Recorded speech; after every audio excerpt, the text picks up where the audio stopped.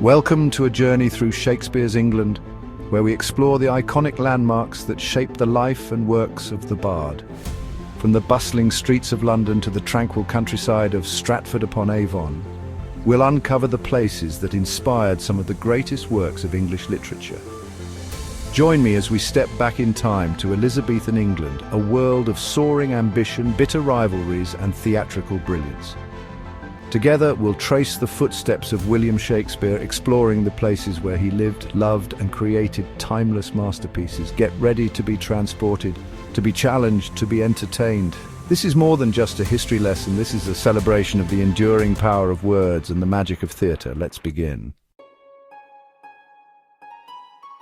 Here we are, standing before the magnificent Globe Theatre. Can you hear the roar of the crowd, the anticipation crackling in the air? Imagine yourself transported back in time to the year 1601.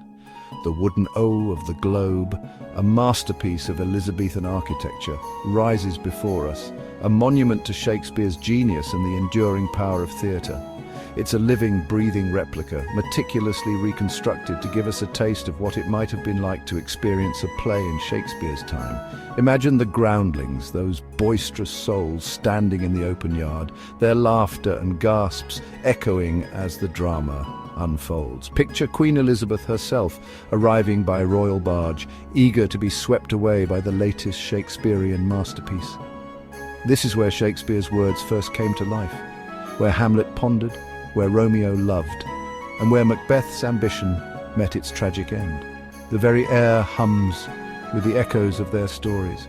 Close your eyes for a moment and listen. Can you hear the clatter of swords, the whisper of lovers' promises, the chilling pronouncements of tyrants? The Globe Theatre, a place where history and imagination collide, where the past is brought vividly to life. It's a testament to the power of theatre to transcend time, to speak to us across the centuries, reminding us that the human experience in all its complexities is a story that continues to unfold. From the meticulously recreated Globe, we journey now to the heart of Regent's Park, a green oasis in the heart of London. Here, nestled among the trees and flowers, stands the open-air theatre, a beloved London institution. Imagine yourself on a summer evening, the air warm and fragrant, the stars twinkling above. You've gathered with friends and family, perhaps with a picnic basket and a bottle of wine, ready for an evening of enchantment. As the sun dips below the horizon, casting long shadows across the grassy slopes, the stage comes alive with the timeless words of Shakespeare. This open-air amphitheatre, with its canopy of leaves and its backdrop of the London skyline, offers a magical setting for Shakespeare's plays. The new Shakespeare Company, renowned for its innovative productions, brings a fresh perspective to these classic works, reminding us of their enduring relevance. Whether it's the comedy of A Midsummer Night's Dream or the tragedy of King Lear, the open-air theatre offers a unique theatrical experience. Here, the boundaries between the performance and the natural world blur. The rustle of leaves becomes part of the play, the hoot of an owl a haunting echo of the character's emotions. It's a reminder that Shakespeare's words, written centuries ago, still have the power to move us, to make us laugh, to make us cry, to make us think about the world around us in new and profound ways. So as you find yourself lost in the magic of a performance at Regent's Park Open-Air Theatre, remember that you are experiencing Shakespeare as it was meant to be experienced, under the open sky, surrounded by nature and immersed in the beauty of the spoken word. We leave the bustling metropolis of London behind now and journey to the heart of England, to the picturesque town of Stratford-upon-Avon. It's here, in this charming Warwickshire town, where our journey truly begins. The River Avon meanders through the heart of Stratford, its gentle current a constant presence in the life of this historic town. Walk along its banks, as Shakespeare himself must have done countless times, and you can almost feel the presence of the bard. Our destination, a half-timbered house on Henley Street, a place that has become a shrine for lovers of literature from around the globe. This is Shakespeare's birthplace, the very house where he was born in 1564. Step inside and you are transported back to Shakespeare's childhood. Imagine a young William filled with curiosity and wonder, exploring the nooks and crannies of this very house. The rooms are filled with period furniture, offering a glimpse into what life was like in Elizabethan England. You can almost hear the echoes of his family's laughter, the murmur of conversations around the hearth, the scratching of quill on parchment as a young Shakespeare began to explore his love of language. It's a tangible link to the man who would become the world's greatest playwright. Here, in this humble abode, a literary giant was born, a man whose words would shape the course of English literature and continue to captivate audiences centuries later. Our journey through Shakespeare's life now takes us just a stone's throw from Stratford-upon-Avon to the tranquil countryside of Wilmcote. Here, nestled amidst rolling hills and lush meadows, we discover Mary Arden's house. This charming farmhouse, with its thatched roof and its gardens bursting with fragrant blooms, was the childhood home of Shakespeare's mother, Mary Arden. Imagine a young Mary, full of life and laughter, tending to the gardens, helping with the farm chores, and dreaming of the future. Step back in time as you explore the house. Its rooms filled with the sights, sounds, and even the smells of Elizabethan farm life. The scent of freshly baked bread wafts from the kitchen, while the sound of farm animals drifts in from the nearby fields. It's easy to imagine a young William Shakespeare visiting his grandparents here, playing in the fields and listening to his mother's stories. This rural idyll, with its connection to nature and its sense of peace and tranquility, must have left an indelible mark on the young Shakespeare's imagination. Mary Arden's house is more than just a museum. It's a living, breathing testament to the woman who helped shape one of history's greatest literary minds. As you wander through the gardens, take a moment to reflect on the influence that Mary Arden must have had on her son's life and work. Her love of nature, her strong spirit, and her vivid imagination undoubtedly helped to nurture the genius that would blossom in William Shakespeare. Our exploration of Shakespeare's England leads us now to a charming thatched roof cottage nestled amidst a picturesque garden. This is Anne Hathaway's cottage, the very place where, at the tender age of 18, William Shakespeare found love. It's a place of romance, a place where the young Shakespeare's heart was captured by the woman who would become his wife. Imagine the stolen glances, the whispered promises, the laughter that filled these very rooms. Anne Hathaway, a woman of independent spirit and undeniable charm, would become Shakespeare's partner in life, a constant source of inspiration and support. Step inside the cottage and you'll be transported back to the 16th century, surrounded by furnishings and artifacts that offer a glimpse into what life was like for the young couple. The walls whisper tales of their courtship, their marriage, and the family they built together. Imagine Shakespeare, inspired by his love for Anne, penning sonnets and plays that would capture the complexities of the human heart. Walk through the lush gardens, fragrant with blooms, and imagine the couple strolling hand in hand, sharing secrets and dreams.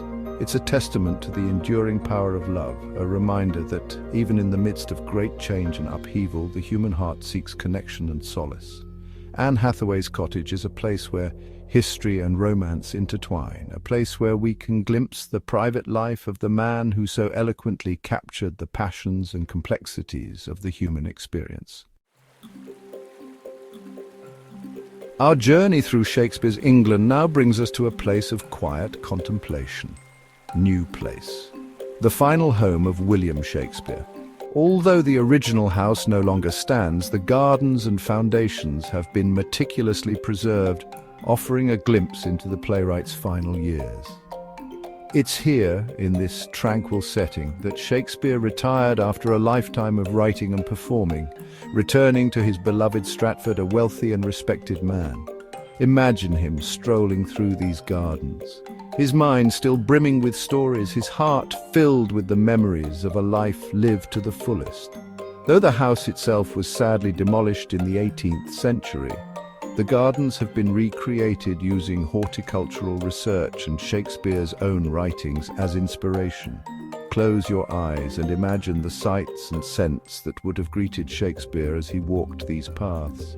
You can almost hear the echo of his footsteps, the rustle of his clothing, the soft murmur of his voice as he dictates his final works to his daughter, Susanna.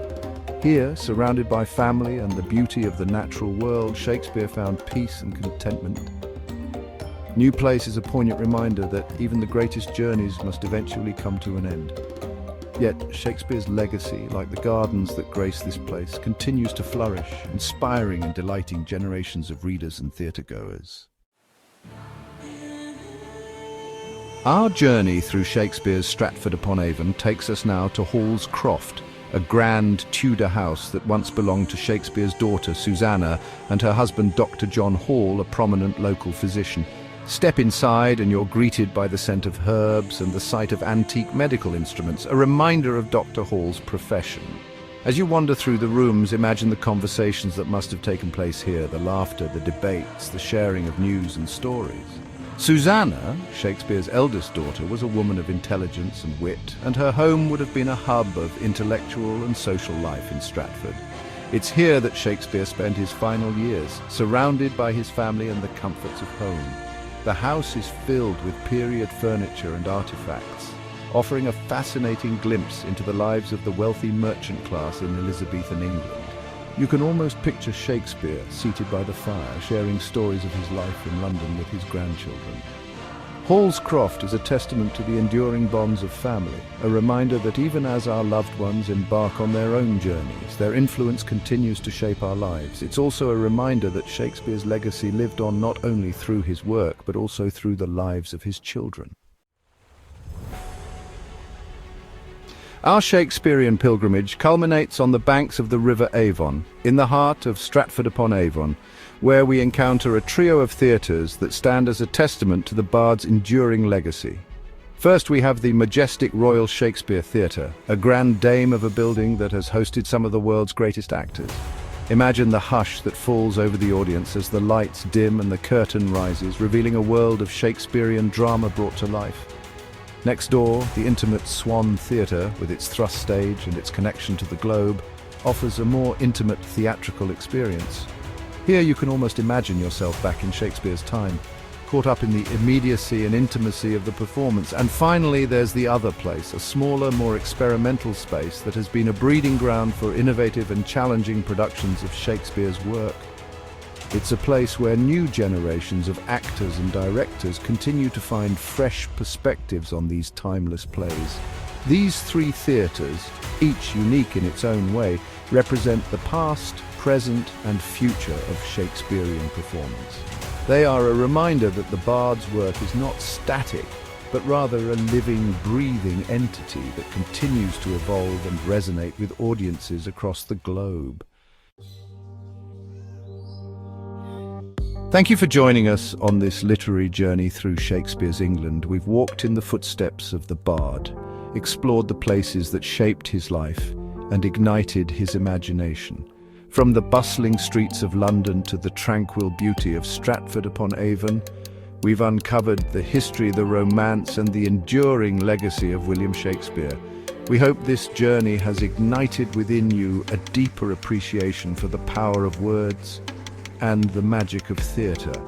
But most importantly, we hope you feel inspired to visit these historic sites and experience the magic of the bard's world for yourself. So until next time, may the spirit of Shakespeare continue to inspire you, challenge you, and transport you to worlds both real and imagined.